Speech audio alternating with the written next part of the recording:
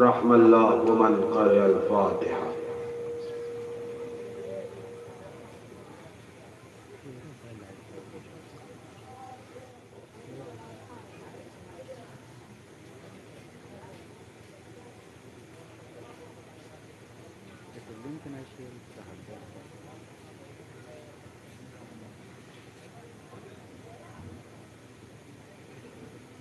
لا حول ولا قوة إلا بالله العلي العظيم۔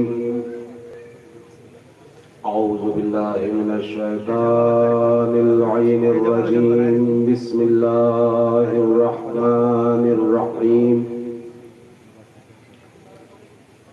الحمد لله الذي هدانا لهذا وما كنا لنهتدي لولا أن هدانا الله۔ لقد جاءت رسل ربنا بالحق، الصلاة والسلام والتحية والإكرام مولانا ومولا الثقلين جد الحسن والحسين بالقاسم محمد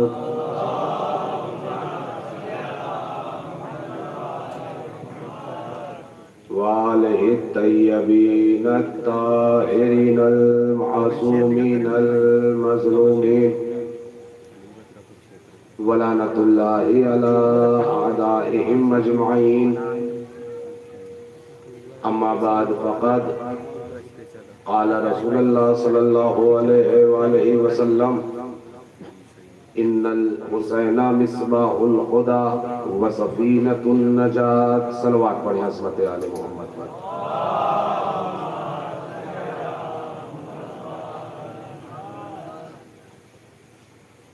اس سے بہتر انداز میں اور صلوات پڑھیں آپ حضرات۔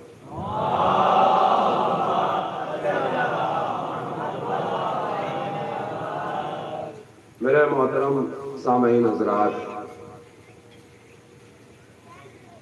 سوگواران سید الشہداء، ماتم داران مظلوم کربلا، پہلی مرتبہ آپ کی بستی، آپ کے دیار مقدس اور محبت میں آنے کا شرف حاصل ہوا۔ یقیناً شہزادی جس کو منتخب کرتی ہیں وہی ذکر اہل بیت اطہار کرتا ہے، اور جسے چن لیتی ہیں وہی فرش عزا تک آتا ہے۔ ہم آپ یہ نہ سمجھیں کہ آپ اپنی مرضی سے عزا کے فرش پر آ جاتے ہیں۔ عزا کے فرش پر وہی آتا ہے کہ جس کا نام مرتب ہو چکا ہے، جس کے نام کی فہرست تیار کی جا چکی ہے وہی آتا ہے۔ سب کے مقدر میں، سب کے نصیب میں یہ غم حسین نہیں۔ عزیزان ایمان، بزرگان قوم موجود ہیں، علماء کرام موجود ہیں، ان کی موجودگی میں چند معروضات آپ لوگوں کے اذان عالیہ تک پہنچانا ضروری سمجھتا ہوں۔ انشاءاللہ ذکر اہل بیت اطہار سے آپ کے قلوب منور ہو جائیں گے۔ اور عزیزان ایمان، مجلس وہ ہے کہ جہاں سے انسان کوئی پیغام لے کر جائے۔ مجلس صرف یا حسین کہنے کا نام نہیں ہے، مجلس صرف لبیک یا حسین کا نعرہ لگانے کا نام نہیں ہے۔ یہ جو کہا جاتا ہے لبیک یا حسین، بہت اچھی بات ہے، لیکن لبیک یا حسین کہنے سے پہلے آپ اس کی وسعت کو سمجھیں کہ لبیک یا حسین میں کتنی بڑی کائنات سمٹی ہوئی ہے۔ لبیک یا حسین کا مطلب مولا ہم حاضر ہیں، مولا ہم حاضر ہیں، ہم آپ کی خدمت کے لیے حاضر ہیں، ہم آپ کی آواز پر لبیک کہہ رہے ہیں۔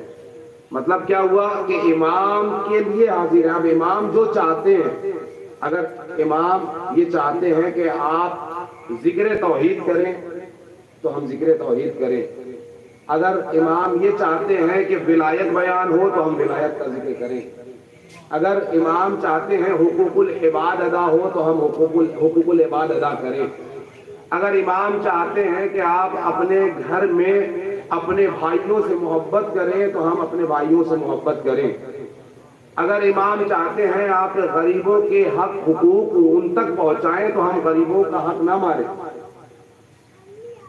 بہت بڑی کائنات ہے، آپ اسے جتنا پھیلاتے چلے جائیں گے اتنا ہی آپ اس نعرے کے مفہوم کو سمجھتے چلے جائیں گے۔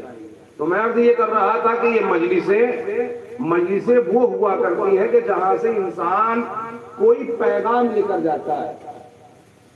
مجلسوں میں جو تبرک تقسیم کیا جاتا ہے، اور یہاں پر بھی مومنین نے، بانیان نے تبرک کا اہتمام کیا ہوا ہے، نظر مولا کا اہتمام کیا ہوا ہے۔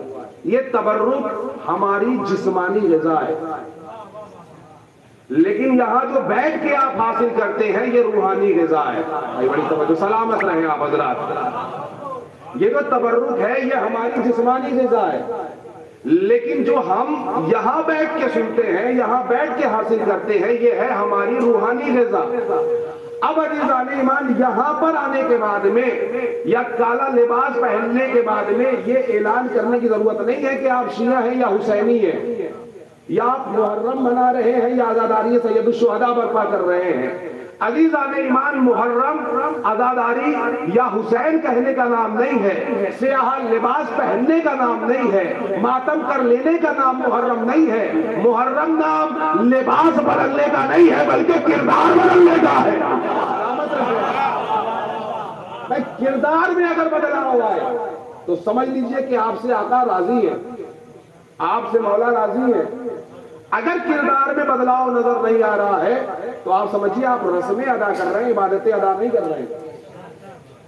محرم آئے اور آ کر چلا جائے، عزاداری سید الشہداء کا زمانہ آئے اور آ کر چلا جائے، اگر آپ میں کوئی تبدیلی نہیں آئی تو آپ صرف رسم ادا کر رہے ہیں، آپ زبانی شیعہ، آپ مولا کے محب ہیں لیکن شیعہ نہیں ہے۔ محب ہونا اور ہے، شیعہ ہونا اور ہے۔ عزیزان، بڑی باریکیاں ہیں شریعت میں۔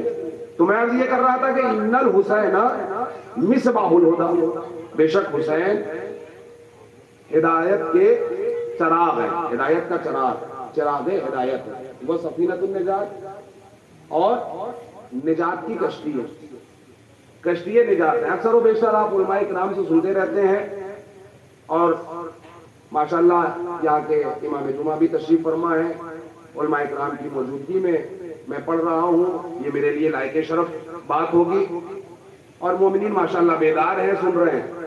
تو امام کا ہر عمل ہدایت ہے۔ امام نے 28 رجب کو اپنے وطن یعنی مدینہ کو الوداع کہا، گھر سے نکل رہے ہیں، سرکار سفینۃ النجات ہے، نجات کی کشتی ہے، ہدایت کا چراغ ہے۔ انشاءاللہ کوشش یہ کروں گا کہ موضوع پر ہی گفتگو ہو۔ ہدایت کا چراغ ہے، تو چراغ کا کام کیا ہوتا ہے؟ روشنی دینا۔ چراغ منور ہوتا ہے، چراغ نور ہوتا ہے۔ روشنی جسے پسند ہوتی ہے وہ اپنے گھر میں اجالے کرتا ہے، اور اس اجالے سے دوسرے بھی فائدہ اٹھاتے ہیں۔ روشنی سے چڑ ہوتی ہے چوروں کو، سلامت رہیں بھائی۔ روشنی چوروں کو کبھی زیب نہیں دیتی، روشنی چوروں کو کبھی پسند نہیں آتی، ہمیشہ چور چوری کرے گا تو اندھیرے میں۔ اب عزیزان ایمان، امام ہدایت کے چراغ ہیں، سفینۃ النجات ہے، مدینے سے نکل رہے ہیں۔ لوگ کہتے ہیں کہ حسین نے قربانی نماز کے لیے دی، غلط۔ نماز کے لیے قربانی نہیں دی ہے، یہ کہنا ہے امام حسین کی شہادت کو محدود کرنا ہے۔ امام حسین کی شہادت ہے لامحدود۔ بھائی امام کی شہادت محدود نہیں ہے بلکہ لامحدود ہے۔ سن 61 ہجری کے لیے امام حسین نے قربانی نہیں دی ہے، بلکہ امام حسین نے قیامت تک آنے والی نسلوں کے لیے قربانی پیش کی ہے۔ جب تک یہ دنیا ہے، جب تک قیامت آ نہیں جاتی، تب تک لوگ ہدایت پاتے رہیں گے۔ امام نے صرف اور صرف 61 ہجری کے لیے قربانی نہیں پیش کی ہے، بلکہ امام ایک پردہ ہٹا رہے ہیں ظلم کے چہرے سے، ظالم کے چہرے سے نقاب الٹنے روشنی ہے امام کو. اب عزیزان ایمان ہدایت کے چراغ ہے. میں نے کہا کہ روشنی چوروں کو اچھی نہیں لگتی, چور ہمیشہ اندھیرے میں چوریاں کرتا ہے. اب امام مدینے سے نکل رہے ہیں, اس لیے نکل رہے ہیں, امام کا جملہ ہے جب مدینے سے نکل رہے ہیں, نانا گواہ رہیے گا میں نکل رہا ہوں تیری امت کی اصلاح کے لیے. بڑی توجہ عزیزان ایمان, توجہ, میں نکل رہا ہوں تیرے امت کی اصلاح کے لیے. بھائی اصلاح کس کی جاتی ہے؟ اصلاح اس کی جاتی ہے. کس لیے نکل رہے ہیں؟ نماز کے لیے, حج کے لیے, زکوٰۃ کے لیے, خمس کے لیے. بھائی یہ جو بات ہے توحید و رسالت, نبوت, امامت, قیامت, اصول اور فروع آپ پڑھتے رہتے ہیں عزیزان ایمان. امام نکل کس لیے رہے ہیں؟ امام اصلاح, نماز پڑھ رہے تھے مدینے میں اصلاح ہو جاتی, روزے رکھے جا رہے تھے مدینے میں اصلاح ہو جاتی. بھائی مدینے سے بھی لوگ حاجی جا رہے تھے, اعلان بھی سن چکے تھے من کنت مولا فہذا علی المولا. بھائی رسول کے ساتھ حج کیا تھا, اصلاح ہو جاتی. لیکن عزیزان ایمان یہاں معاملہ کچھ دوسرا ہے کہ جس کے بارے میں امام کہہ رہے ہیں کہ میں اصلاح کے لیے جا رہا ہوں, اصلاح کے لیے نکل رہا ہوں. یہ اصلاح کون سی ہے عزیزان ایمان؟ امام یقیناً اگر چاہتے تو مدینے میں ہی کربلا بنا سکتے تھے. بھائی بڑی توجہ, جس کے پاس عباس جیسا شیر ہو بھائی وہ مدینے میں بھی کربلا بنا سکتے تھے. لوگ کہتے ہیں نماز تو پڑھی جا رہی تھی, نماز سبھی لوگ پڑھ رہے تھے, بھائی احکامات سبھی لوگ جان رہے تھے, لیکن امام نے یہ کیوں کہا کہ میں اصلاح امت کے لیے جا رہا ہوں؟ اس کا مطلب یہ ہے کہ لوگ غافل ہیں کسی اچھی شے سے, کسی نور سے, کسی منصب سے جو امام حسین پہچانوانا چاہ رہے ہیں. اصلاح کرنے کے لیے نکل رہے ہیں. امام بتا رہے ہیں کہ میں اصلاح امت کے لیے نکل رہا ہوں. تو اب آپ تاریخ پڑھیں تو آپ کو معلوم ہوگا, اور تاریخ پڑھنے والے افراد موجود ہیں, میری بات کی تائید کریں گے انشاءاللہ. آپ نے دیکھا کہ رسول کا ادھر جنازہ رکھا ہوا ہے اور شمع رسالت کو چھوڑ کر کچھ لوگوں نے سقیفہ بنا لی. رسالت کا جسد اطہر ہے جو کل تک رسول پر جان دینے کے لیے آمادہ تھے, جو خود کو رسول کا وفادار کہہ رہے تھے, رسول کی آنکھ بند ہونے کے بعد ہی رسول کا ساتھ چھوڑ گئے. اب چونکہ مدینے میں رسول کا جنازہ اٹھا, لیکن جنازہ کیوں اٹھا؟ رسول کی شہادت ہوئی, رسول کو سویٹ پوائزن دیا گیا تھا, سلو پوائزن جسے کہا جاتا ہے, یعنی دھیمے دھیمے جو انسان کو قتل کرتا ہے. اب اس کی تاریخ ملتی ہے اہل سنت کتابوں میں بھی ہے اور اہل تشیع میں بھی ہے کہ رسول کی شہادت ہے, رسول کی شہادت ہے. دوسرے مانے یا نہ مانے, بھائی جن کا تعلق تعزیہ داری سے نہیں ہوتا وہ کیا جانے کہ شہادت کیا ہے, جن کا تعلق کربلا سے نہیں ہے وہ کیا جانے کہ شہادت کیا ہے. جن کے یہاں شہادت مزاج لوگ نہیں ہیں انہیں کیا معلوم کہ شہادت کیا ہے. جو ادھوری شہادت دیتے ہو وہ کیا بتائیں گے کہ شہادت کیا ہے. سلامت رہیں. اب عزیزان ایمان رسول کی شہادت ہوئی, دنیا سے رخصت ہوئے, بہت آہستہ آہستہ لوگوں نے دفن کر دیا, سقیفہ بنا لی, میٹنگ تیار ہو گئے, قاتل چھپا کا چھپا رہ گیا, یعنی اتنی دیواریں بلند ہوئی کہ قاتل چھپ گیا, پتہ نہیں چل سکا کہ قاتل کون ہے. یہاں تک کہ لکھ دیا کہ رسول کی وفات ہوئی, رسول دنیا سے رخصت ہو گئے. اب اس کے بعد کا زمانہ یعنی شہزادی فاطمہ, بھائی پسلیاں توڑی گئی, کس لیے توڑی گئی, کس وجہ سے توڑی گئی؟ شہزادی آخر کیا چاہ رہی تھی؟ ولایت کو گھر تک پہنچا رہی تھی, ولایت کی تبلیغ کر رہی تھی, ولایت کو لوگوں کے گھروں تک جا کر پہنچایا ہے شہزادی نے. تو جب ولایت کو اجاگر کیا تو جنہوں نے رسالت کے منصب پر قبضہ کیا ہوا تھا وہ دل ملا گئے, بوکھلا گئے کہ بھائی منصب چھن جائے گا.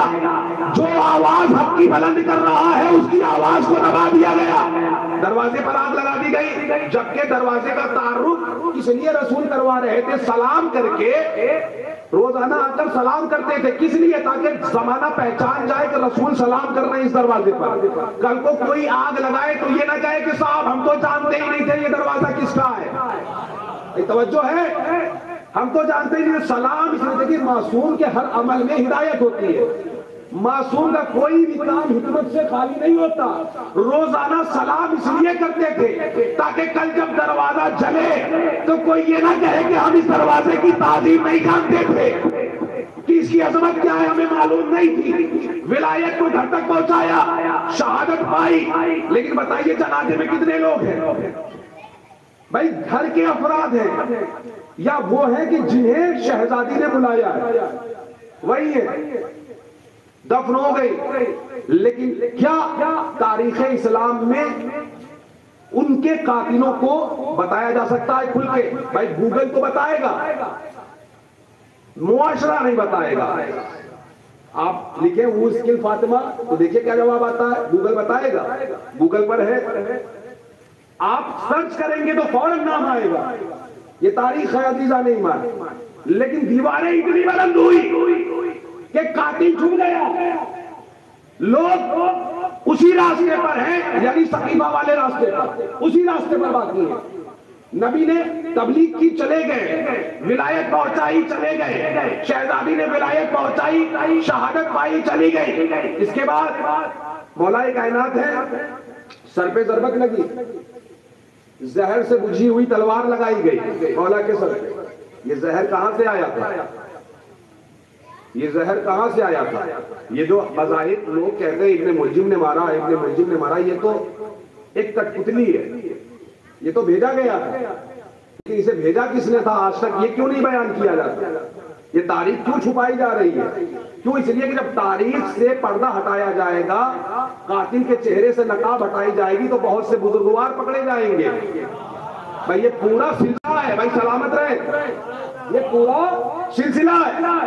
بھائی اب یہاں مولا کا جنازہ اٹھا, لیکن یہاں بھی سب نہیں ہے. حالات یہ ہے کہ جنازہ اٹھانے والے بھی صرف 2 ہیں, باقی تو فرشتوں کے کاندھے پر جنازہ ہے. مولا کو دفن کر دیا گیا کوفے میں, نجف میں. کوفے سے لے کر چلے ہیں جنازہ اور نجف اشرف میں دفن کر دیا گیا. وطن سے دور ہے, مدینے سے دور ہے, دفن ہو گئے. اس کے بعد کے کیا حالات ہیں؟ امام حسن مجتبیٰ ہے. دیکھیے حالات کیسے ہیں. چاہتے ہیں کہ نانا کے پہلو میں دفن ہو جائے, لیکن لوگوں نے تیر چلائے. بغاوت اتنی ہو گئی کہ لوگوں نے تیر چلائے. گمراہیت اتنی ہو گئی کہ معصوم کے جنازے پر تیر برسائے گئے. اور یہی نہیں, جنازہ واپس آیا, جنت البقیع میں دفن ہوا. بھائی اب یہاں جو کچھ بھی ہوا مدینے میں ہوا, جو بھی ہوا اس کے علاوہ کوفے میں ہوا. بھائی کوفے میں باپ کو مارا گیا, باقی نانا کو مدینے میں مارا گیا, ماں کو مدینے میں مارا گیا, بھائی کو مدینے میں مارا گیا. بھائی تاریخ لکھنے والوں نے بہت چاہا کہ انہیں چھپا لیا جائے, سقیفہ والوں نے بہت چاہا کہ انہیں چھپا لیا جائے. اب حسین کو بھی ولایت علی پہنچانا ہے گھر گھر, حسین کو بھی تبلیغ دین کرنا ہے, حسین کو بھی ہدایت کرنا ہے, حسین کو بھی بتانا ہے کہ حق کا راستہ کیا ہے, باطل کیا ہے, صحیح کیا ہے, غلط کیا ہے. گمراہیت کے اندھیرے سے نکال کر نور کی وادیوں میں لانا ہے معاشرے کو.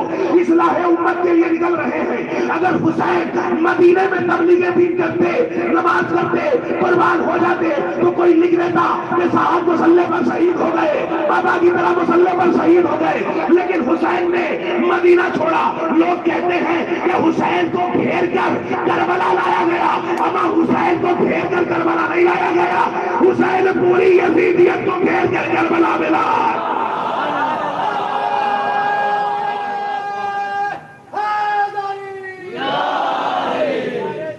سلامت رہے.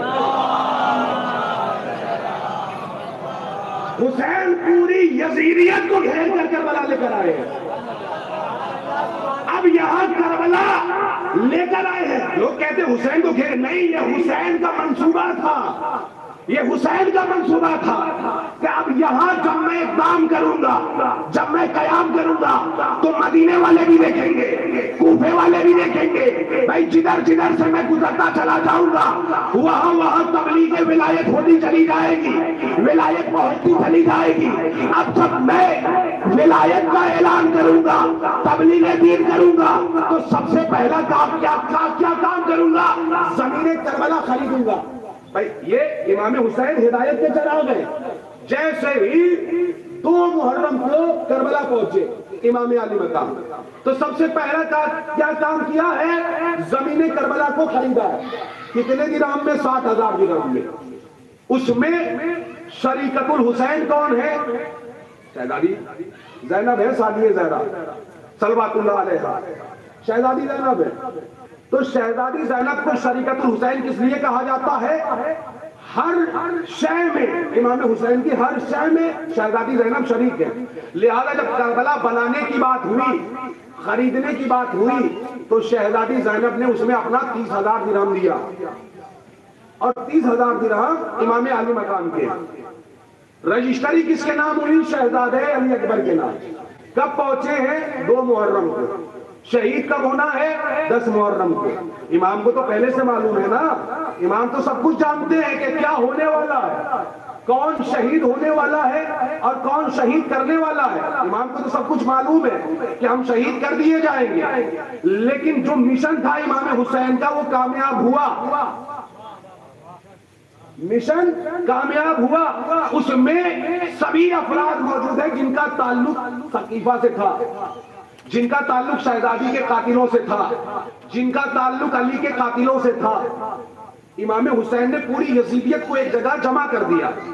اب سب سے پہلا کام زمین کربلا کو خریدا۔ مولا خرید کیوں رہے ہیں؟ آپ تو 1 ہفتہ محض رہیں گے، آپ صرف 1 ہفتہ رہیں گے، اور قبیلہ بنی اسد کی زمین ہے، زمین قبیلہ بنی اسد سے خریدی گئی۔ مولا یہ تو آپ کے شہدائی ہے، یہ تو کہہ رہے ہیں مولا رکھ لیجیے، یہ قیمت دینے کی کیا ضرورت ہے؟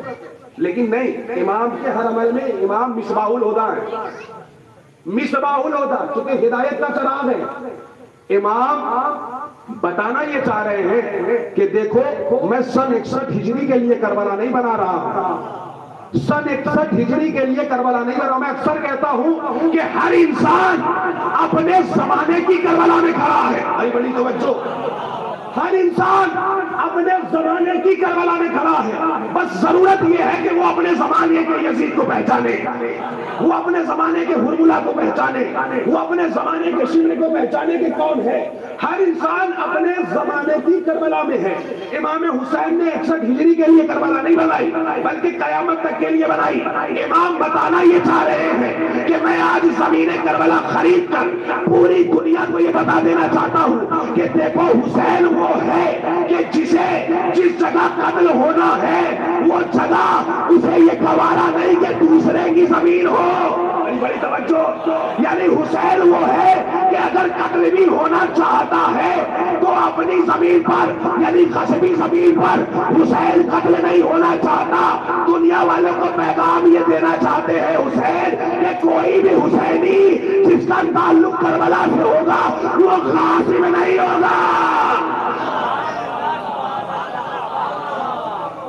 سلامت رہے، سلامت رہے آپ حضرات، بھائی غاصب نہیں ہوگا۔ اچھا، اب حسینی مولا امام حسینی پیغام دے رہے ہیں۔ مولا کیا کہہ رہے ہیں کہ کوئی بھی، میں یہ چاہتا ہوں کہ میں جس جگہ قتل ہو جاؤں وہاں کی زمین بھی میری ہو، میری پرسنل ہو، میری خود کی ہو۔ اور امام نے یہ کہہ کے یہ بات کیا کہ دیکھو جب کوئی میرا چاہنے والا آئے تو اسے 3 دن تک مہمان بنانا، اسے میری نشان قبر دکھانا، اور اسے زیارت کے آداب بتانا، اس سے کوئی تکلیف کسی طرح کی نہ ہونے پائے۔ امام نے آج پوری دنیا اربعین حسینی پر جا رہی ہے، دیکھتی ہے اپنی آنکھوں سے منظر کہ کس طرح سے امام علی مقام کے چاہنے والے اور قبیلہ بنی اسد سے تعلق رکھنے والے افراد آج بھی خدمت گزاری کر رہے ہیں۔ جناب مہدی معروفی صاحب یہاں موجود ہیں، یہ بتائیں گے، میری بات کی تائید کریں گے۔ قافلہ لے کر جاتے ہیں، پوری دنیا میں یہ قافلہ پہچانا جاتا ہے۔ عزیزان ایمان، مولا امام حسین بتانا یہ چاہ رہے ہیں کہ دیکھو میں وہ ہوں کہ جہاں مجھے قتل ہونا ہے میں اس جگہ کو بھی غصبی پسند نہیں کرتا، مطلب میرا مقتل بھی اگر ہوگا تو وہ خریدا ہوا ہوگا. یعنی یہ پیغام کس کے لیے ہے؟ یہ اپنے چاہنے والوں کے لیے، اپنے شیعوں کے لیے. کس کے لیے؟ اپنے شیعوں کے لیے، چاہنے والوں کے لیے. جو امام حسین کی سنت پر، عمل پر، قول پر، فعل پر اتباع کرے وہ امام کا شیعہ ہے، امام کا چاہنے والا ہے، وہ کسی بھی مسلک سے ہو. یہ تو ہم نے بنائے سنی اور شیعہ، کوئی فرقہ ہی نہیں ہے، بس دو ہی فرقے، ایک حسینی اور ایک یزیدی. بھائی نہ کوئی شیعہ ہے نہ کوئی سنی ہے، بھائی ایک حسینی ہے اور ایک یزیدی ہے، یہی تو ہے. اور کیا ہے بھائی؟ حق اور باطل، ایک باطل ہے اور ایک حق ہے، بھائی یہی ہے. اب عزیزان امام بتا رہے تھے کہ دیکھو میرا جو شیعہ ہوگا، جو میرا چاہنے والا ہوگا، وہ اگر امام بارگاہ بنائے گا تو غصبی زمین پر نہیں بنائے گا. سلامت رہے. جب امام اپنی کربلا، یہ امام بارگاہ کیا ہے؟ یہ جو ہم تعزیہ جہاں دفن کرتے ہیں، کیا یہ ہمارے یہاں کی کربلا؟ یہ شبیہ کربلا ہی تو ہے، یہ کربلا کی شبیہ تو ہے. یعنی امام میسج یہ دے رہے ہیں، پیغام یہ دے رہے ہیں کہ دیکھو میرا چاہنے والا کسی غصبی زمین پر کربلا نہیں بنائے گا، اور اگر کوئی غصبی زمین ہوگی بھی تو وہاں حسین نہیں آئے گا، کیونکہ حسین کو اپنا مقتل اپنا پسند ہے، خریدا ہوا پسند ہے. تو صاحب اب آپ معاشرے کو سمجھیں، معاشرے میں بھائیوں کو، حقوق کو سمجھیں، جو بھائیوں کے حق ہیں اسے ادا کریں. کہیں ایسا نہ ہو کہ آپ بھائی سے عداوت کے چکر میں حسین سے عداوت مول لے لیں. آپ کہیں گے مولانا یہ کیا کہہ رہے ہیں؟ بھائی میں صحیح کہہ رہا ہوں. آج کے معاشرے میں دور ایسا آ گیا ہے کہ باپ دنیا سے رخصت ہوا، دو بھائی ہیں، ایک بھائی نے دوسرے بھائی کی ملکیت پر قبضہ کر لیا، کہنے لگا صاحب اسے نہیں دوں گا، امام باڑے پر دے دوں گا، اسے نہیں دوں گا، کربلا بنا دوں گا، اسے نہیں دوں گا، مدرسے پر دے دوں گا. بھائی یہ کیا ہے؟ کیا آقا قبول کر لیں گے؟ نہیں. جسے اپنا مقتل بھی خریدا ہوا پسند ہو وہ قبول نہیں کرے گا. تو آپ معاشرے کو سمجھیں، امام حسین کے پیغام کو دیکھیں، یعنی ان کے ہر عمل میں ہدایت ہے. تو اب کس لیے نکلے؟ تاکہ قاتل بے نقاب ہو جائے، تاکہ پتہ چل جائے ظالم کون ہے اور مظلوم کون ہے، قاتل کون ہے اور مقتول کون ہے. تو ایک ناپاک طاقت، ایک نجس طاقت، ایک ملعون طاقت دین کے مقابلے میں ایسی اٹھی کہ جس نے یہ دعویٰ کیا کہ نہ ہی کوئی قرآن ہے، نہ کوئی اللہ ہے، نہ کوئی رسول ہے. اس کا کوئی مذہب ہی نہیں تھا بھائی. اس نے نہ کوئی توحید ہے، نہ ہی کوئی قرآن ہے، نہ ہی کوئی رسول ہے، نہ ہی کوئی منصب ہے. یہ تو بنی ہاشم کا ایک گروہ تھا، کہا جا رہا تھا. یہاں تک کہ جانشین رسول بھی لکھا گیا، وارث رسول بھی لکھا گیا، وارث رسول بھی لکھا گیا، مسند خلافت پر بٹھایا گیا. بھائی اسے خلیفۃ المسلمین کے ساتھ ساتھ امیر المومنین کا لقب بھی دیا گیا. بھائی غاصبوں نے ملکیت تو چرائی، جو القاب تھے وہ بھی چرا لیے. بھائی انہوں نے القاب بھی چرائے، امیر المومنین بھی کہا جا رہا ہے. اب چونکہ اس نے دعویٰ کیا کہ کوئی قرآن نہیں، کوئی توحید نہیں، کوئی رسالت نہیں، اور اس نے ایک اور بہت نازیبہ بات کہی، کیا کہ کوئی عورت نہیں ہے، عورت صرف عورت ہے. مطلب سمجھ رہے ہیں آپ؟ مطلب یہ ہے کہ کوئی ماں نہیں ہے، عورت ہے. کوئی پھوپھی نہیں ہے، عورت ہے. بھائی پیغام دے کر جاؤں گا، کوئی بہن نہیں ہے، عورت ہے. وہ کہنا یہ چاہ رہا تھا کہ عورت ہے، کسی سے بھی صیغہ ازدواج ہو سکتا ہے یا کسی کے بھی ساتھ رہا جا سکتا ہے. بھائی وہ یہی تو کر رہا تھا، اپنے گناہوں کو چھپا رہا تھا، حلال محمدی کو حرام کر رہا تھا، حرام محمدی کو حلال کر رہا تھا. بھائی وہ تبدیل کر رہا تھا شریعت کو، پامال کر رہا تھا شریعت کو، شریعت محمدی کو روند رہا تھا، یا یوں کہوں کہ رشتوں کے تقدس کو پامال کر رہا تھا، رشتوں کے تقدس کو پامال کر رہا تھا. اب عزیزان ایمان، امام حسین اصلاح امت کے لیے نکلے ہیں، اصلاح امت کے لیے نکلے ہیں، جنگ کرنے کے ارادے سے نہیں نکلے. بھائی جو جنگ کرنے جاتا ہے وہ اپنے ساتھ اسلحہ لے کر جاتا ہے. بھائی وہ اسلحہ لے کر جاتا ہے، نیزے لے کر جاتا ہے، برچیاں لے کر جاتا ہے، تلواریں لے کر جاتا ہے. گھر کی عورتوں کو نہیں لے کر جاتا.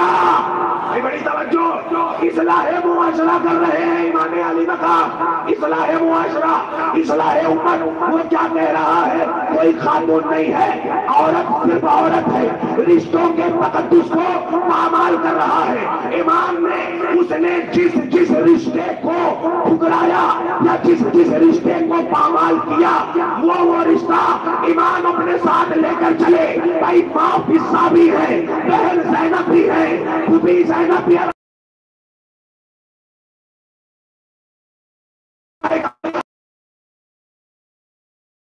حسین بتانا چاہ رہے ہیں کہ میں بتاؤں گا مرتبہ کیا ہے، میں بتاؤں گا عورت کا معیار شریعت محمدی میں۔ بھائی وہ ٹھکرا رہا تھا، رشتوں کے تقدس کو پامال کر رہا تھا، وہ کہتا تھا کوئی قرآن نہیں ہے۔ امام مل کے زندہ باد۔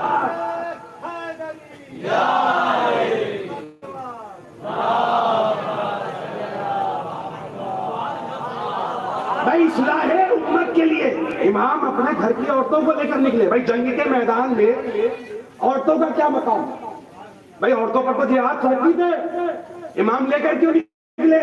رشتوں کے تقدس کو پامال کر رہا تھا، تو جس رشتے کو اس نے روندا وہ رشتہ لے کر آئے امام۔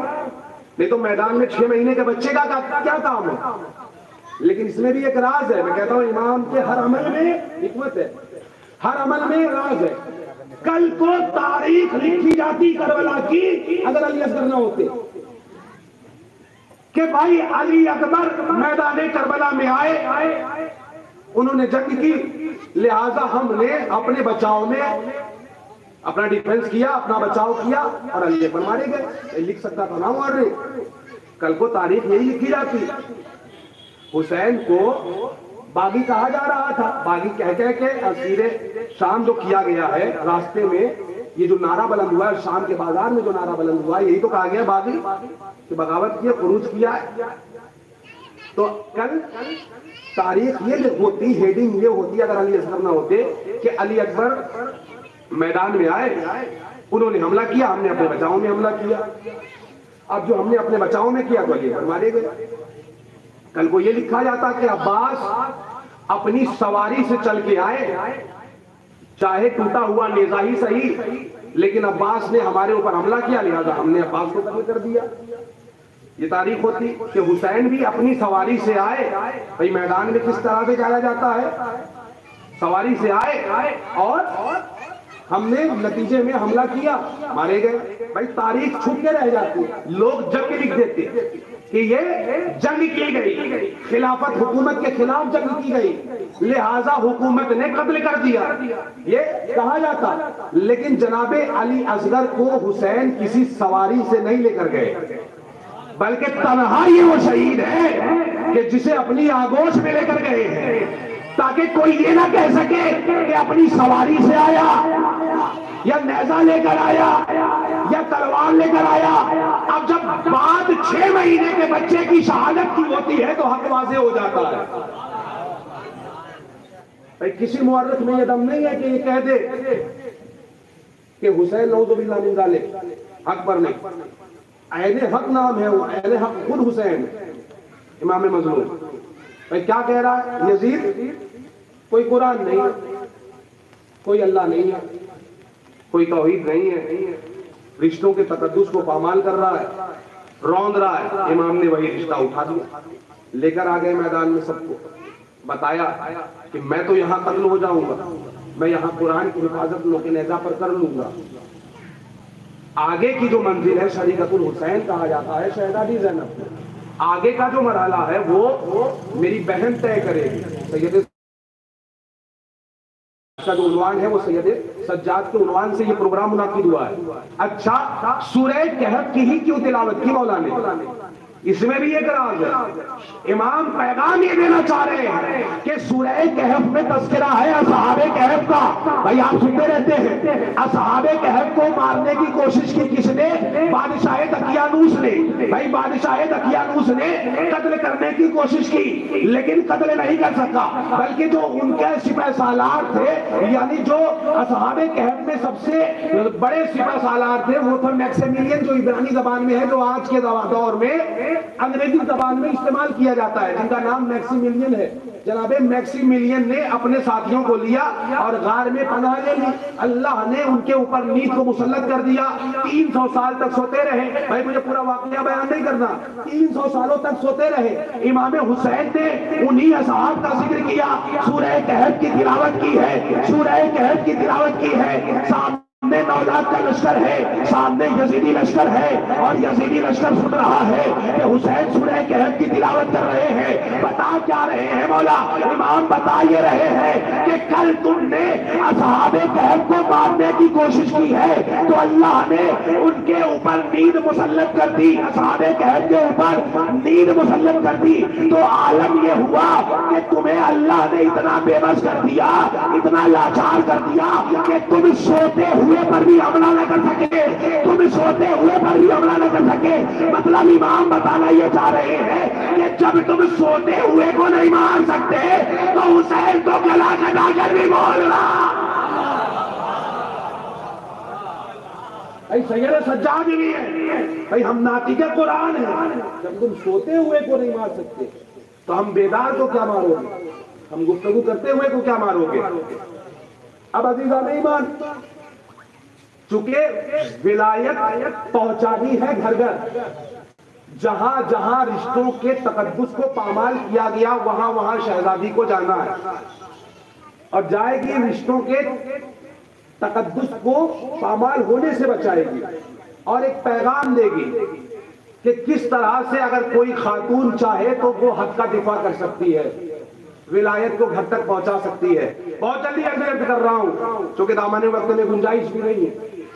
اب عزیزان ایمان، امام سید سجاد قافلہ لے کر آگے بڑھ رہے ہیں، قافلہ لے کر بڑھ رہے ہیں، ہاتھوں میں ہتھکڑیاں۔ دیکھیے میں فضائل کے سمندر سے، مصائب کے سمندر سے فضائل کے موتی نکال کر لانے کی کوشش کر رہا ہوں، اور ایک پیغام آپ تک پہنچانے کی کوشش کر رہا ہوں کہ آپ تک کچھ پیغام پہنچ جائے۔ سید سجاد کے ہاتھوں میں ہتھکڑیاں ہیں، پاؤں میں بیڑیاں ہیں۔ ظالم یہ سمجھ رہا تھا کہ ہم انہیں اسیر کر لیں گے، قید کر لیں گے، زنجیریں پہنا لیں گے تو یہ پابند ہو جائیں گے، قید ہو جائیں گے، لیکن وہ یہ نہیں جانتا تھا کہ جسے مالک مختار بنا کے بھیجا گیا ہو، جس کی اطاعت ہر شے پر ہو، اسے کوئی قید نہیں کر سکتا۔ جو صاحب امر ہو، جو اولی الامر ہو، اسے کوئی قید ہی نہیں کر سکتا۔ اب یہ قافلہ پہنچ گیا شام۔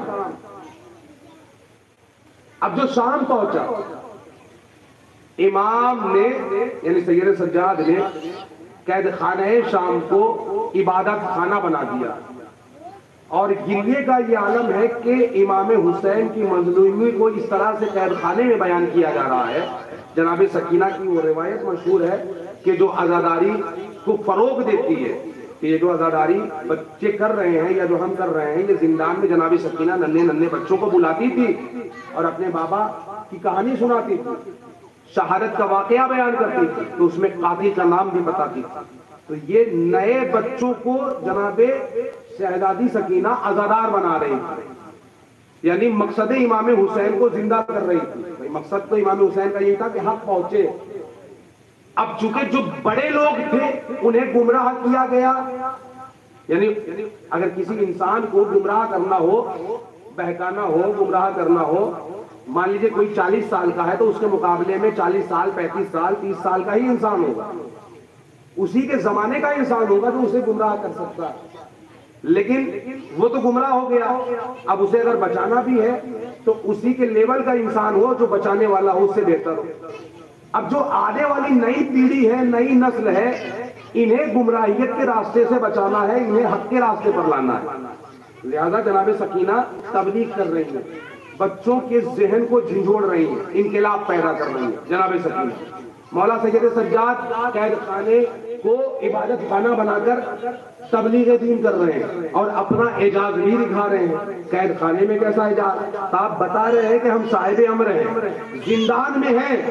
بس آخری جملہ اس سلسلے کا، زندان میں ہیں، یزید تخت پر بیٹھا ہوا ہے دربار میں، ایک اہل بیت کا چاہنے والا دربار خلافت میں آیا، آنے کے بعد وہ اپنے حاجتوں کے بہانے سے آیا تھا، لیکن اس میں بھی ایک راز ہے، اہل بیت کا کوئی غلام بھی اگر کوئی کام کرتا ہے تو اس میں بھی ایک مصلحت ہوتی ہے، ایک پیغام ہوتا ہے کہ جو اہل بیت کی عظمت کو ظاہر کرتا ہے۔ اب غیر کے دربار میں، ایک نجس دربار میں اہل بیت کا چاہنے والا کھڑا ہے سائل بن کر، اور یزید یہ جانتا ہے کہ اس کے دل میں محبت اہل بیت ہے، یہ اہل بیت کا چاہنے والا ہے۔ اب وہ یہ سمجھ رہا تھا کہ میں نے انہیں تو قید کر لیا ہے، جو تھے وہ مارے گئے ہیں، میں نے انہیں قید کر لیا ہے اور دنیا انہیں صاحب اختیار سمجھتی ہے، لہذا اب میں نے قید کیا ہے، اب اس سے کہوں گا کہ تو جسے اپنا امیر سمجھتا ہے انہی سے اپنی مشکل کشائی دور کرنے کی بات کرو، دیکھتے ہیں کہ تمہارا آقا، تمہارا مولا، تمہارا امیر تمہیں مشکل کشائی سے کیسے بچاتا ہے۔ لہذا وہ کہنے لگا بھائی میں تمہاری مدد نہیں کر سکتا، تم جسے اپنا امیر سمجھتے ہو قید خانے میں وہ ہے، میں بھی تو دیکھوں کہ وہ کتنے صاحب اختیار ہیں۔ تم تو انہیں امیر کہتے ہو کہ وہ پوری کائنات کے مالک ہیں، میں نے تو انہیں قید کر لیا، ان کے بابا کو مار دیا، ان کا پورا کنبہ اجاڑ دیا، ختم کر دیا، اب دیکھتے ہیں کہ یہ کیا اختیار دکھاتے ہیں۔ سائل ہے، چوتھے امام کی خدمت میں آیا، امام سمجھ رہے ہیں کہ یہ کیا کرنے آیا ہے اور یزید کیا کروانا چاہ رہا ہے۔ اب سنیے عزیزان ایمان، اختیار دکھانا ہے سید سجاد کو، اور جو آیا ہے سوالی بن کر اس کی مشکل کشائی بھی کرنی ہے۔ اہل بیت کسی بھی حال میں ہو، کہیں بھی ہو، چاہے وہ شام کے زندان میں ہو یا مامون کے دربار میں ہو یا مامون کے قید خانے میں ہو، جب بات حق کی ہوتی ہے تو شیر قالب نکل کر بھی گواہی دیتا ہے۔ سلامت رہے بھائی، شیر قالب بھی باہر آتا ہے اور بتاتا ہے کہ یہ کس قدر صاحب اختیار ہے۔ اب یہاں دربار یزید ہے، قید خانے شام میں یہ سائل پہنچا، کہنے لگا مولا آپ کی مشکل کشائی کا امتحان ہو رہا ہے، مجھے بھیجا گیا ہے اور میں بہت پریشان ہوں، اس وقت فاقوں پر زندگی بسر ہو رہی ہے، مولا میں پریشان نہیں ہوں لیکن میرے ننھے ننھے بچے ہیں، مولا میں کیا کروں۔ اب اتنا سننا تھا کہ سید سجاد کے ہاتھوں میں ہتھکڑی، پاؤں میں بیڑی، سید سجاد میں زندان میں پڑی ہوئی کنکریوں کی طرف دیکھا اور اس سائل کی طرف دیکھا، کنکریوں کی طرف دیکھتے ہوئے کہا اے آنے والے شخص، یہ جو ریگزار بکھرے ہوئے ہیں، یہ جو کنکریاں بکھری ہوئی ہیں، اسے اٹھا اور اپنی تھیلی میں رکھ لے، اپنی تھیلی میں اسے رکھ لے۔ اب عزیزان ایمان یہ مولا کا چاہنے والا تھا، اس نے سوال نہیں کیا یہ تو کنکریاں ہیں اسے کیوں رکھوں۔ معرفت کی منزل یہی ہوتی ہے کہ کوئی سوال نہیں کرتا، امام جو حکم دے دیتا ہے اس پر عمل کر لیا جاتا ہے۔ لہذا اس نے زندان سے کنکریوں کو چنا، کچھ کنکریوں کو لیا اور اپنی تھیلی میں رکھ لیا۔ اب امام نے اسے کہا اچھا دربار میں اس کنکریوں کو باہر نکالنا، دربار میں جانا اور اس کنکری کو باہر نکالنا۔ اب عزیزوں وہ گیا دربار میں، یزید تخت پر ہے، وہ سوچ رہا ہے کہ میں اسے ذلیل کروں گا کہ یہ امام کے پاس سے خالی ہاتھ آیا ہوگا، اب اس کے بعد میں اسے دوں گا۔ ایک مرتبہ اس نے کہا یزید نے کہ کیا ہوا، تیرے امیر نے تجھے کچھ دیا؟ ہاں ہاں دیا۔ کیا دیا؟ اب اس نے اپنے جیب میں ہاتھ ڈالا، تھیلی میں ہاتھ ڈالا، ان کنکریوں کو نکالا تو وہ کنکریاں نہ تھی بلکہ جواہرات میں تبدیل ہو چکی تھی۔ اللہ اکبر، جواہرات میں تبدیل ہو گئی تھی۔ اب یزید بوکھلایا، یہ کیا ہو گیا؟ اس نے سوچا ہو سکتا ہے کہ بھائی ڈپلیکیٹ ہو، نقلی ہو، لہذا جوہریوں کو بلایا گیا کہ جو ہیرے کی پرکھ کرتے ہیں انہیں بلایا گیا کہ آخر ان کی قیمت کیا ہوگی، آخر ان کی قیمت کیا ہوگی۔ بھائی یزید کی کتنی بڑی حکومت ہے، سب جانتے ہیں کہ کتنی بڑی حکومت تھی، سب کو معلوم ہے۔ جوہریوں کو بلایا گیا، بلانے کے بعد پوچھا جا رہا ہے کہ بھائی یہ جو جواہرات ہیں، جواہرات ان کی قیمت کیا ہے، ان کی قیمت کیا ہے؟ تو ایک مرتبہ جوہری نے ہاتھ جوڑے، کہا میں بیان نہیں کر سکتا۔ کہا کیوں؟ کہا اگر جان کی امان ہو تو ایک جملہ کہوں۔ کہا جاؤ، جان کی امان ہے، قتل نہیں کیے جاؤ گے۔ تو کہتا ہے یزید تو سن، تیری بھاری سلطنت ایک طرف، یہ جنگل کا ایک طرف۔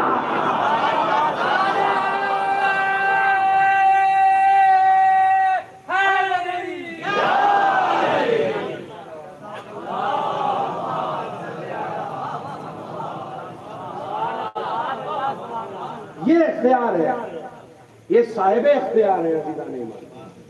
صاحب اختیار کی جو قید میں رہ کر بھی اتنا دے دیتے ہیں کہ کئی نسلیں کھائیں گی. سید سجاد وہ سوچ رہا تھا اچھا اس نے کیا دعویٰ کیا تھا. حسین نے تو اپنا کہ قرآن حق ہے, ہم ناطق کے قرآن ہیں, لوگ نیزہ پر تلاوت کر کے بتا دیا.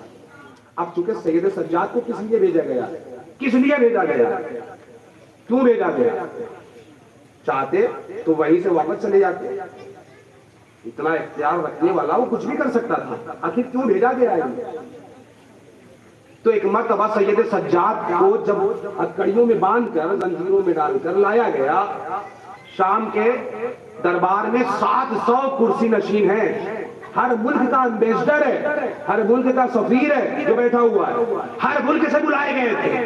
وہ اپنی خلافت بنوانا چاہ رہا تھا. کیا بنا بیٹھا ہے بھائی, بات ہے ولایت کی.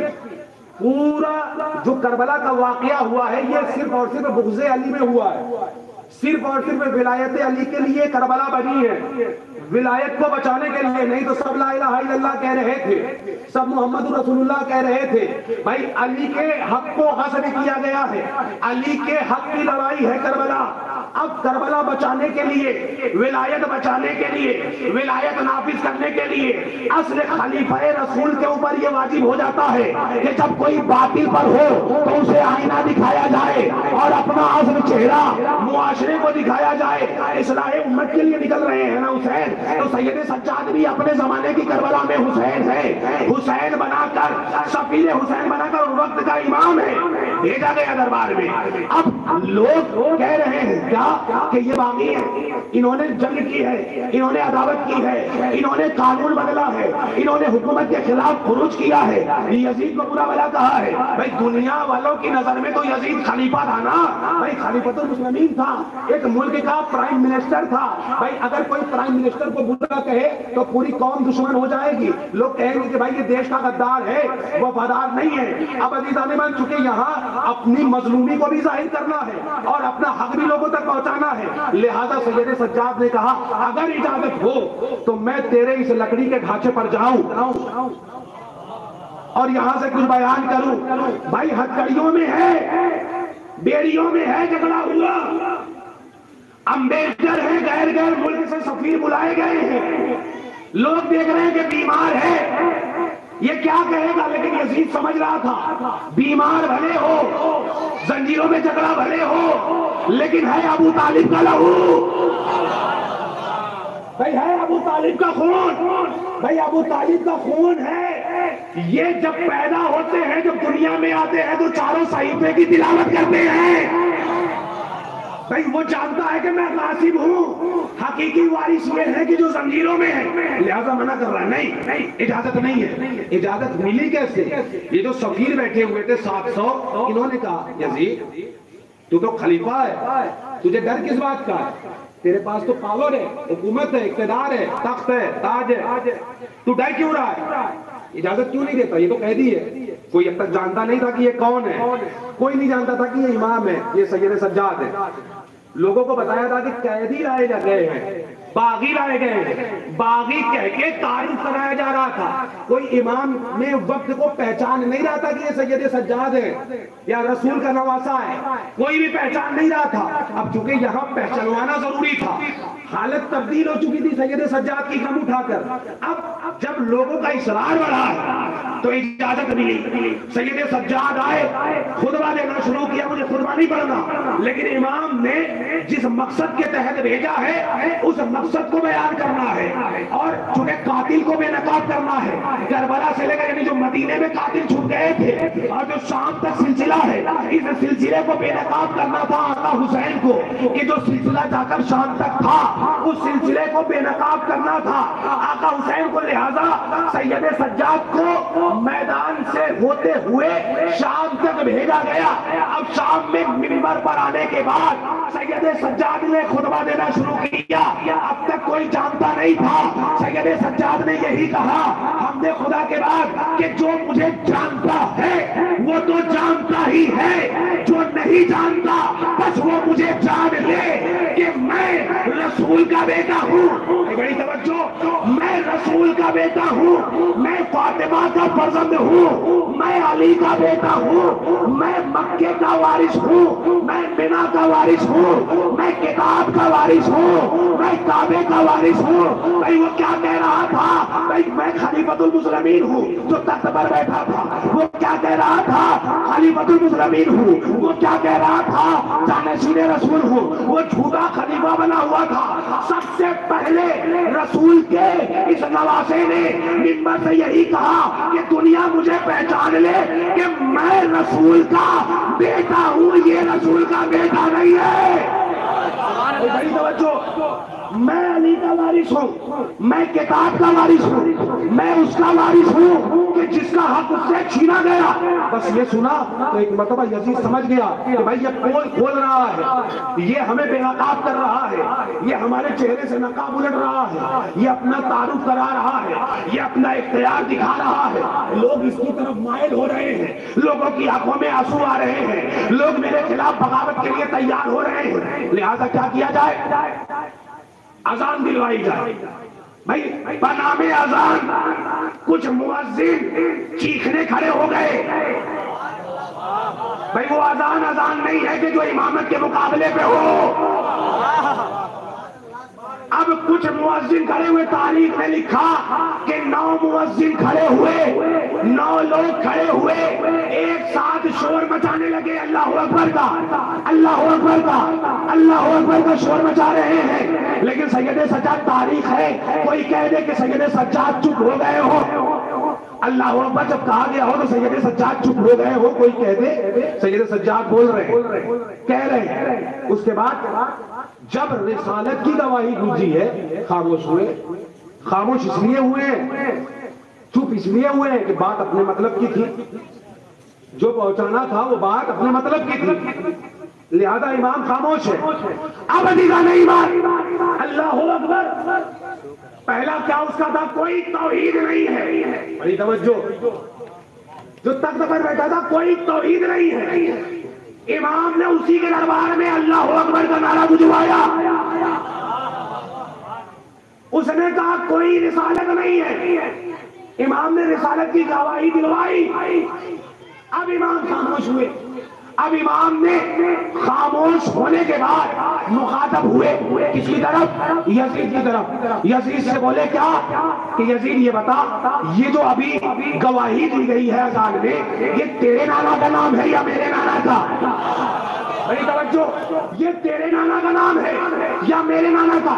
اچھا اگر کہے کہ میرے نانا کا ہے تو جھوٹا، بھائی جھوٹا. اور اگر کہے کہ نہیں تمہارے نانا کا ہے، اگر کہے تمہارے نانا کا ہے تو ظالم. بھائی دنیا کہے گی نا بھائی رسول کا یہ نواسا ہے، بھائی اس نے ظلم کیا. امام نے ادھر سے بھی گھیرا، ادھر سے بھی گھیرا. بھائی دونوں طرف سے امام نے لفظوں کی زنجیر میں باندھ دیا. بھائی کہے تو کیا کہے؟ امام نے کہا یہ بتا، یہ تیرے جد ہے یا میرے جد ہے؟ یہ تیرے نانا کا نام ہے یا میرے نانا کا نام ہے؟ نہ چاہتے ہوئے بھی اس نے کہا سجاد یہ آپ کے نانا کا نام ہے. نانا کا نام جیسے ہی کہا تو ظالم ہو گیا. بھائی اب اللہ کیا کہہ رہا ہے قرآن میں؟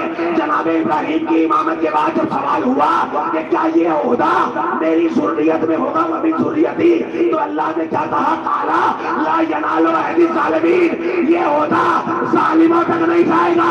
تو قرآن جھوٹوں پر بھی لعنت کرتا ہے، ظالموں پر بھی لعنت کرتا ہے، اور کوئی بھی ظالم خلیفہ رسول نہیں ہوتا. صلوات بڑے عظمت آل محمد پر.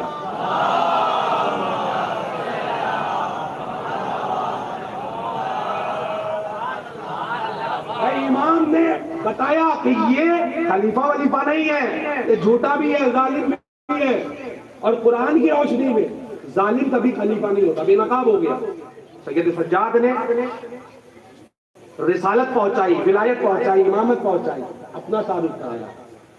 اور پوری کائنات میں آج اس کا ذکر زندہ ہے. کیوں؟ اس لیے کہ شہزادی زینب نے یزید کے دربار میں کہا تھا قسم خدا کی تو ہمارے ذکر کو روک نہیں سکتا، مٹا نہیں سکتا، ہمارا ذکر قیامت تک زندہ رہے گا، ہمارا ذکر قیامت تک باقی رہے گا.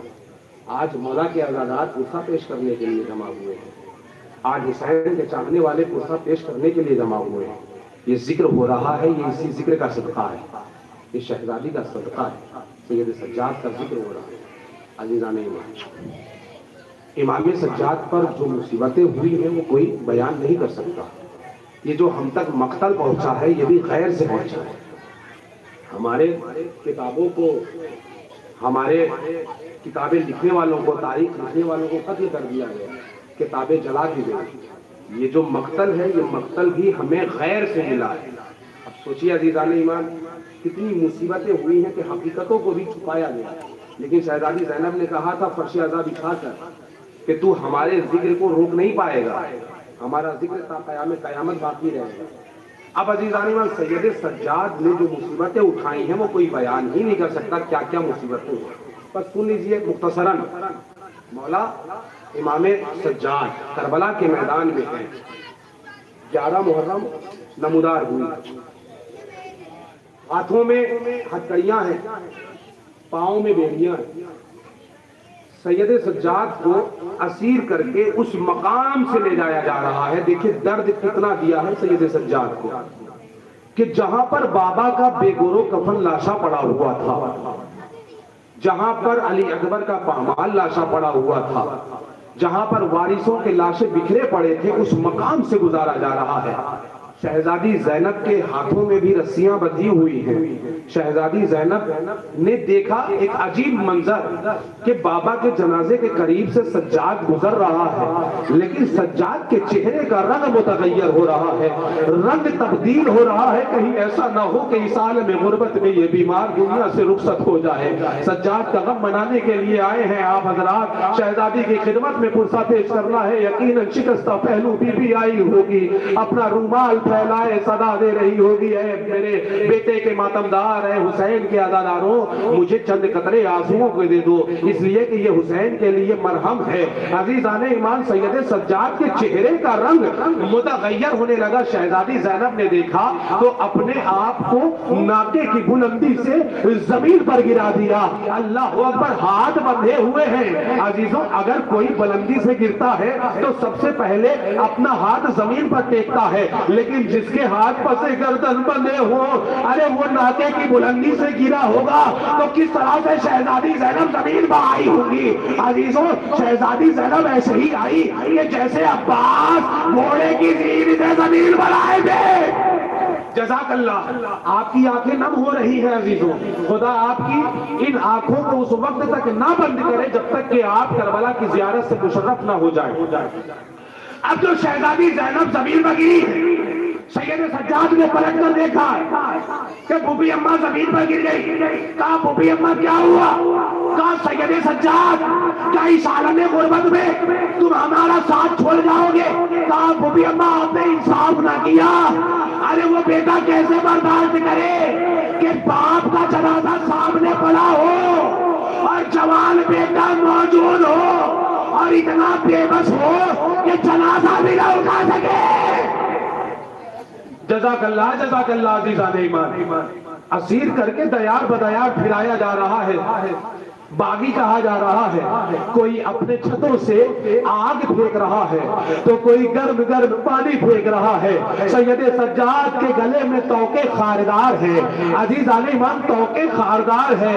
تاریخ لکھتی ہے کہ سید سجاد کی قبر میں ایک لنگر بھی ہے. لنگر ایک بیلٹ ہوتا ہے، ایک پٹکا ہوتا ہے جو کمر میں باندھا جاتا ہے، اور اس میں جب کسی قیدی کو سزا دینی ہوتی تھی تو بڑے بڑے پتھر باندھ دیے جاتے تھے. جیسے چکی کے 2 پارٹ ہوتے ہیں ویسے ہی پارٹ باندھ دیے جاتے تھے، اور اس سے قیدی کو تازیانہ مارا جاتا تھا اور وہ قیدی آگے بڑھتا تھا. عزیزان ایمان، لوہے سے پورا بدن لگا ہوا تھا سید سجاد کا. توقے خاردار تھا گلے میں کہ جس میں کیلیں نکلی ہوئی تھی، نوک نکلی ہوئی تھی کہ جو گلے میں پیوست ہو رہی تھی، اور ایک پٹکا تھا اور جس میں پتھر بندھا ہوا تھا. اب عزیزان ایمان، تاریخ نے جملہ لکھا کہ سید سجاد کربلا سے کوفہ اور کوفہ سے شام اس طرح سے گئے ہیں کہ جیسے کوئی نمازی ارے رکوع کی حالت میں ہوتا ہے اور اسی حالت میں کبھی شمرہ آگے بڑھ کر تازیانے مارتا تھا تو کبھی خولی.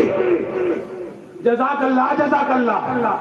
عزیزو سید سجاد جب اسیری سے رہائی پانے کے بعد مدینے آئے تو جب کبھی پانی سامنے آتا تھا تو بابا کی پیاس کو یاد کر کے آنسو بہاتے تھے، جب کبھی کھانا سامنے آتا تھا تو بابا کی بھوک کو یاد کر کے، بچوں کی بھوک کو یاد کر کے آنسو بہاتے تھے، جب بازار میں نکل جاتے تھے تو اگر قصاب کی دکان پر کوئی جانور ذبح ہوتا ہوا دیکھ لیتے تھے تو گریا کرتے تھے اور کہتے تھے کہ تم نے اس جانور کو پانی پلایا ہے یا نہیں پلایا ہے، تم نے اسے قبلے کی طرف کیا ہے یا نہیں کیا ہے، تم نے کسی دوسرے جانور کے سامنے تو اسے قتل نہیں کیا، اسے ذبح نہیں کیا۔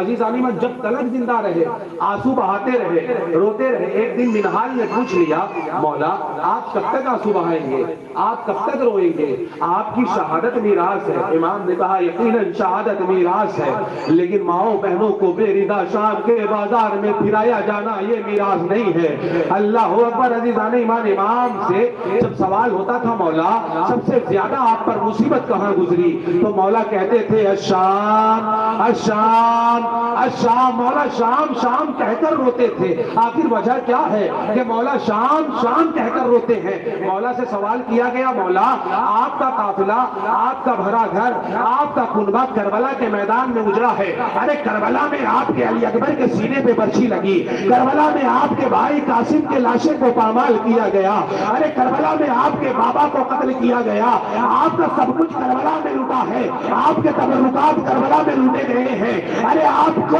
خیمے جلائے گئے ہیں کربلا کے میدان میں، آپ کو یتیم کربلا میں بنایا گیا ہے، لیکن مولا آپ کو تو رونا چاہیے کربلا کربلا کہہ کے آپ روتے ہیں، تو آپ کہتے ہیں ہائے شام ہائے شام ہائے شام۔ آخر وجہ کیا ہے مولا کہ کربلا چھوڑ کر آپ ہائے شام شام کہہ کر روتے ہیں؟ آخر کیا وجہ ہے؟ تو ایک مرتبہ مولا کہتے ہیں تم سننا چاہتے ہو کہ کیا وجہ ہے کہ میں شام شام کہہ کر رونا چاہتا ہوں؟ ہاں بتائیے مولا کیا وجہ ہے؟ تو ایک مرتبہ مولا کہتے ہیں سنو، شام کے بازار میں جو ہم پر گزری ہے وہ کسی پر نہیں گزری۔ مولا کیا گزر گئی؟ کہا شام کے بازار میں ہمیں اسیر کر کے راستے کی سختیاں نہیں برداشت کیا، ہم راستے کی سختیاں بیان نہیں کریں گے، بلکہ تم ایک مصیبت سن لو۔ کہا مولا کون سی مصیبت ہے؟ کہا مصیبت یہ ہے کہ شام کے بازار میں ہمیں اس مقام پر کھڑا کیا گیا تھا کہ جہاں پر کنیزیں بیچی جاتی تھی، جزاکم اللہ، جہاں کنیزیں بیچی جاتی تھی، جہاں غلام بیچے جاتے تھے، جہاں کنیزیں بکتی تھی، وہاں پر میری ماں بہنوں کو کھڑا کیا گیا تھا، تماشائیوں کا ہجوم تھا، ارے کوئی صدقے کی کھجوریں پھینکتا تھا تو کوئی پتھر مارتا تھا، کوئی تازیانے مارتا تھا۔ عزیزو شام کے بازار میں جہاں انہیں کھڑا کیا گیا تھا وہیں پر ایک شخص تھا کہ جس کا نام تھا عبداللہ، بس آخری جملہ عزیزان ایمان، جس کا نام تھا عبداللہ، وہ جناب زینب کی ایک کنیز تھی کہ جس کا نام تھا زکیہ، جسے شہزادی زینب نے آزاد کر دیا تھا۔ اس کی شادی عبداللہ سے ہو گئی تھی کہ جو وہ شام میں رہتا تھا۔ عزیزو شام میں وہ رہتا تھا لیکن اس کے یہاں کوئی اولاد نہیں تھی، اس کے یہاں کوئی اولاد نہیں تھی۔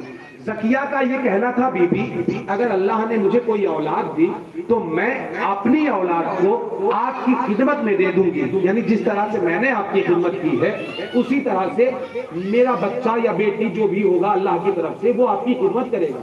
لیکن اللہ کی مصلحت یہ کہ اس کے یہاں کوئی اولاد نہیں ہوئی۔ اب عزیزان ایمان تاریخ کہتی ہے کہ زکیہ کا شوہر ان دنوں کہ جب یہ اہل بیت اطہار کو وہاں کھڑا کیا گیا کہ جہاں غلام بیچے جاتے تھے، جہاں کنیزیں فروخت کی جاتی تھی، تو یہ عبداللہ کا شوہر وہاں پہنچا۔ اس نے دیکھا کہ نیزے پر رکھے ہوئے سر ہیں، ہر سر سے نور نکل رہا ہے، ایک نیزے پر حسین کا سر ہے۔ عزیزو یہ پہچان نہیں رہا ہے کہ یہ سر کس کا ہے، لیکن دیکھ رہا ہے کہ یہ جس کا بھی سر ہے یہ مقدس ہستی ہوگی، کیوں؟ اس لیے کہ ان کے چہرے سے نور نکل رہا ہے۔ اب اس کی نگاہ بیبیوں کی طرف پڑی تو کیا دیکھا کہ 12 بیبیاں ہیں کہ جو ایک ہی رسم میں بستا ہے، لیکن یہ کیا ان بیبیوں میں ایک 4 برس کی بچی دکھائی دیتی ہے۔ ارے وہ بچی کسی تکلیف کی وجہ سے کبھی اپنا پیر زمین سے بلند کرتی ہے، کبھی زمین پر رکھتی ہے، کبھی بلند کرتی ہے، کبھی رکھتی ہے۔ اب جو اس نے غور سے دیکھا تو کیا دیکھا کہ بیویاں رکوع کے عالم میں ہیں. اب جو بیویاں تھوڑا سا بلند ہوتی ہے تو اس بچی کے گلے کی رسی کھینچنے لگتی ہے اور بچی کے پاؤں زمین سے بلند ہونے لگتے ہیں, جس کی تکلیف کی وجہ سے یہ بچی کبھی اپنے پاؤں زمین پر رکھتی ہے, کبھی اٹھا لیتی ہے, کبھی پنجوں کے بل کھڑی ہو جاتی ہے. عزیزوں, اس نے اب جو بچی کے چہرے کی طرف دیکھا تو کیا دیکھا کہ بچی کے چہرے کی رنگت تبدیل ہو رہی ہے. ارے اس کے رخسار کبھی نیلے ہو جا رہے ہیں, کبھی پیلے ہو جا رہے ہیں, کانوں سے خون ٹپک رہا ہے. اب عزیزوں, وہاں غلام بیچے جا رہے تھے, کنیزیں بیچی جا رہی تھی, تماشائیوں کا ہجوم تھا. اس نے دیکھا کہ یہ بچی بڑی مظلومہ بچی دکھائی دیتی ہے, اس بچی کے اوپر لگتا ہے بہت زیادہ ظلم ہوا ہے, لیکن یہ بچی انتہائی خوبصورت بچی ہے, اس کے چہرے سے نور نکل رہا ہے, معصومہ لگتی ہے, اور یہ ایسے مقام پر کھڑی ہے کہ جہاں پر کنیزیں فروخت ہوتی ہیں. لہذا اس کے دل میں ایک خیال آیا اور اس خیال کو لیے ہوئے یہ اپنے گھر پہنچا. جب گھر پہنچا تو کیا دیکھا کہ جو اس کی زوجہ ہے وہ گھر کے کام میں مشغول ہے. اس نے کہا تمام کام کو بند کر دے گا. کیوں؟ کہا جلدی سے نقاب لگا اور شام کے بازار جانا ہے. کہا شام کے بازار میں کیا ہے؟ کہا ابھی ابھی میں ایک قافلہ دیکھ کر آیا ہوں, بڑا عجیب و غریب قافلہ ہے. کہا کیسا قافلہ ہے؟ کہا نیزوں پر رکھے ہوئے سر ہیں, ارے ان سروں سے نور نکل رہا ہے, ان کے ساتھ میں کچھ مومنہ, کچھ معظمہ, کچھ بیویاں ہیں کہ جن کے اوپر ظلم کیا جا رہا ہے, ان کے ساتھ میں نے چھوٹی سی بچی دیکھی ہے. اب عزیزان ایمان, زکیہ کہتی ہے تو کیا مطلب شام کے بازار میں کیوں جانا ہے؟ بس اتنا سننا. تو عبداللہ کہتا ہے اچھا یہ بتا کیا تو اپنی شہزادی زینب کو بھول گئی ہے؟ بس اتنا سننا تھا. زکیہ تڑپ کر کہتی ہے عبداللہ تم ہوش میں تو ہو. کہا کیا مطلب؟ کہا میں اپنی شہزادی زینب کو بھول جاؤں, یہ ہو نہیں سکتا. کہا اچھا تو نے شہزادی سے تو وعدہ کیا تھا. کہا ہاں مجھے اپنا وعدہ یاد ہے, میں نے اپنی شہزادی سے کہا تھا کہ اگر میرے ہر کوئی اولاد ہو تو میں اسے اپنی آپ کی کنیزی میں دوں گی, لیکن تمہیں معلوم ہے کہ اللہ نے ہمیں دولت اولاد سے محروم رکھا ہے. تو یہ کہتا ہے عبداللہ کہ تیری مصیبت دور ہونے والی ہے. کہا مطلب کیا ہوا؟ کہا میں جس بچی کو دیکھ کر آیا ہوں چل اس مقام پر ہے کہ جہاں پر کنیزیں فروخت ہوتی ہیں, چل جلدی سے نقاب لگا, بچی بہت خوبصورت ہے, ارے اس بچی کو خریدیں گے. اب عزیزوں اتنا سننا تھا کہ اس نے نقاب لگائی, گھر سے پردے میں وہ نکلی, گھر سے باہر, آگے آگے عبداللہ ہے, پیچھے پیچھے زکیہ ہے, پیچھے پیچھے زکیہ, آگے آگے عبداللہ. اب عزیزوں جیسے ہی قافلے کے قریب پہنچی, دور سے شہزادی زینب نے اپنی کنیز کو آتے ہوئے دیکھا. اب جو آتے ہوئے دیکھا انداز سمجھ گئی کہ یہ کون آ رہا ہے. ام کلثوم سے کہنے لگی اے ام کلثوم یہ جو آ رہی ہے اسے پہچان رہی ہو؟ اتنا سننا تھا کہ حضرت ام کلثوم کہتی ہے بہن زینب تمہیں تو معلوم ہے کہ جب سے عباس مارے گئے ارے مجھے کچھ دکھائی نہیں دیتا, میری آنکھوں کے سامنے دھواں دھواں رہتا ہے, اب کچھ دکھائی نہیں دیتا. آپ کی آوازوں پر خدا رحمت نازل فرمائے, خدا آپ کو کوئی غم نہ دے سوائے غم سید الشہداء کے. جزاکم اللہ. اب عزیزان ایمان ایک مرتبہ عبداللہ آگے ہوا تو وہ پیچھے ہٹ گیا اور اس کی زوجہ جو ہے وہ آگے بڑھ گئی. اب جو آگے ہوئی تو ایک مرتبہ اس نے بھی دیکھا کہ نیزے پر رکھے ہوئے سر ہیں, اب سروں کی طرف دیکھ رہی ہے. اس نے بیویوں کی طرف دیکھا, اب جو بیویوں کی طرف دیکھا ہے تو یہ منظر دیکھ کے تڑپ گئی کہ خوبصورت سی بچی ہے, اس کے کانوں سے لہو ٹپک رہا ہے, اس کے رخسار بھی نیلے ہیں. اب عزیزوں تاریخ کا جملہ ہے کہ ادھر جیسے ہی جناب زکیہ اپنا قدم سکینہ کی طرف آگے بڑھاتی ہیں تو ایک مرتبہ جیسے ہی سکینہ نے زکیہ کو اپنی طرف آتا ہوا دیکھا تو ایک مرتبہ سکینہ گھبرا گئی, سکینہ سہم گئی, سکینہ سہم کر دو قدم پیچھے ہٹنے لگی. زکیہ آگے بڑھی, ایک مرتبہ آگے بڑھ کر سوال کیا بچی تو ڈرتی کیوں ہے, بچی تو گھبراتی کیوں ہے, ارے تو پیچھے کیوں ہٹ رہی ہے؟ سکینہ نے ننھے ننھے ہاتھ جوڑے, کہا کہ نہ پوچھ کربلا کے بعد سے اب تک جو بھی میری طرف آیا ہے یا تو اس نے میرے گوشوارے اتارے یا اس نے تماچے لگائے. جزاکم اللہ جزاکم اللہ. یا تو اس نے تماچے مارے ہیں یا اس نے گوشوارے اتارے. ایک مرتبہ زکیہ کہتی ہے بچی نہ میں تجھے تماچے ماروں گی نہ میں تجھے کوئی اذیت دوں گی، میں تو تجھے پیار کرنے کے لیے آگے بڑھ رہی ہوں، مشکلوں سے نجات دینے کے لیے آگے بڑھ رہی ہوں۔ ایک مرتبہ زکیہ نے سوال کیا کہ یہ بتاؤ بچی تمہیں قتل کیوں کیا گیا، یہ سر کس کے ہے؟ کہا میرے بابا کے، کہا کیوں مارا گیا، کس خطا میں مارا گیا؟ کہا بے جرم و خطا مارا گیا۔ کہا کہاں مارا گیا؟ کہا کربلا کے میدان میں مارا گیا۔ کہا کیا ہوا کربلا کے میدان میں؟ کہا نہ پوچھ، کربلا کے میدان میں میری دنیا اجڑ گئی، میری کائنات اجڑ گئی، میرا سب کچھ کربلا کے میدان میں اجڑ گیا۔ کہا اچھا ہم تیرے زخموں پر مرہم لگانے آئے ہیں۔ کہا کیا مطلب؟ کہا ہم تجھے اس مصیبت سے نجات دینے کے لیے آئے ہیں۔ کہا کیسے؟ کہا ہم تجھے کنیزے کے لیے خریدنا چاہتے ہیں۔ اتنا سننا تھا کہ ایک مرتبہ سکینہ تڑپ گئی، سید سجاد کی طرف دیکھا، آواز دی اے بھیا کیا بابا نے بقائے دین کے لیے میرا خریدا جانا بھی قبول کر لیا تھا؟ بھائی اتنا سننا تھا۔ سکینہ کی آواز جیسے ہی بلند ہوئی تو شہزادی زینب نے اشارے سے سکینہ کو اپنے قریب بلایا۔ اب جو سکینہ کو اپنے قریب بلایا، ایک مرتبہ اس معذبہ سے جناب زینب سوال کرتی ہے اے معذبہ اس بچی کو کیوں خریدنا چاہتی ہو، اس بچی کو کیوں خریدنا چاہتی ہو؟ کہا دیکھو یہ وہ مقام ہے کہ جہاں غلام بیچے جاتے ہیں، یہ وہ مقام ہے جہاں کنیزیں بیچی جاتی ہیں، یہ وہ مقام ہے کہ جہاں پر کنیزیں فروخت کی جاتی ہیں۔ اس مقام پر میں اپنا مقصد بیان نہیں کر سکتی، اس مقام پر میں تبصرہ نہیں کر سکتی۔ کہا نہیں بتا تو صحیح کہ تو کس کے لیے خرید رہی ہے، کیوں خرید رہی ہے؟ کہا بس اتنا سن لے کہ میری شہزادی ہے کہ جو مدینے کی شہزادی ہے کہ جس کے 18 بھائی ہیں، میں اپنی شہزادی کے لیے اس بچی کو خریدنا چاہتی ہوں۔ کہا مدینے کی شہزادی ہے؟ کہا ہاں مدینے کی شہزادی ہے۔ کہا تیری شہزادی کا نام کیا ہے؟ ایک مرتبہ زکیہ کو جلال آیا۔ زکیہ کہتی ہے خبردار اس شام کے بازار میں ایسے مقام پر میں اپنی شہزادی کا نام لوں؟ ارے یہ میری شہزادی کے شایان شان کے خلاف ہے، میری شہزادی کا سایہ تو کبھی سورج نے بھی نہیں دیکھا ہے، میں ایسے مقام پر اپنی شہزادی کا نام لوں، یہ مجھ سے برداشت نہیں ہوگا۔ ایک مرتبہ زکیہ سے شہزادی زینب کہتی ہے اچھا یہ بتا کہ اپنی شہزادی کو دیکھے گی تو پہچان لے گی؟ زکیہ کہتی ہے عجیب بات کرتی ہو، میں اپنی شہزادی کو دیکھوں اور نہ پہچانوں یہ ہو نہیں سکتا۔ اب عزیزان ایمان اتنا سننا تھا کہ ایک مرتبہ شہزادی زینب نے اپنے والوں کو پریشان کیا، زکیہ کی طرف دیکھا، کہا ہے زکیہ تو نے کہاں پہچانا؟ ارے جس شہزادی کے لیے تو اس بچی کو خرید رہی ہے وہ شہزادی میں ہی ہوں، میں ہی تیری زینب ہوں۔ وہ دیکھ میرے بھائیوں کے سروں کے نیزہ پر ہے، وہ عباس کا سر گھوڑے کی قتل میں ہے، وہ حسین کا سر کے نیزہ پر بلند ہے۔ تاریخ نے جملہ لکھا کہ اب جو اتنا جملہ سنا تو زکیہ طلب نہیں، ارے بازار شام سے چھری لے کر اپنی زبان کو قطع کر کے شہزادی زینب کے قدموں پہ گر گئی، آواز دینے لگی اے بطول زادی مجھے معاف کر دو۔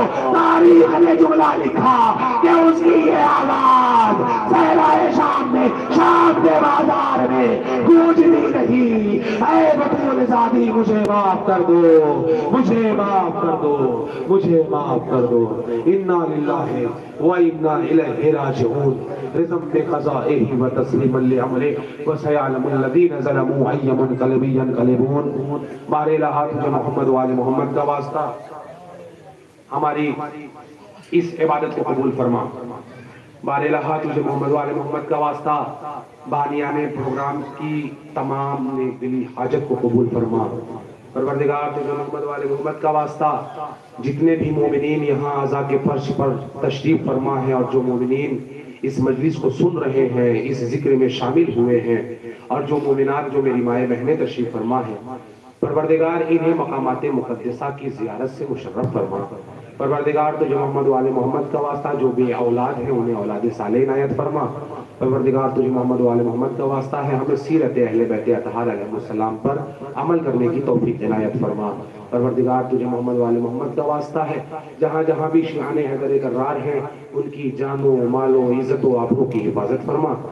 پروردگار تجھے محمد و آل محمد کا واسطہ ہے جو انجمن ہائے ماتمی یہاں نوحہ پیش کرے گی جو لوگوں نے پیشخانی کی ہے، جو نظامت کے فرائض انجام دے رہے ہیں، جو ذکر مولا کر رہے ہیں، اور جو انجمن ہائے ماتمی ماتم پیش کرے گی، پرسہ پیش کرے گی، پروردگار اس مقدس عبادت کو امام کی بارگاہ میں شرف قبولیت کا درجہ عنایت فرما۔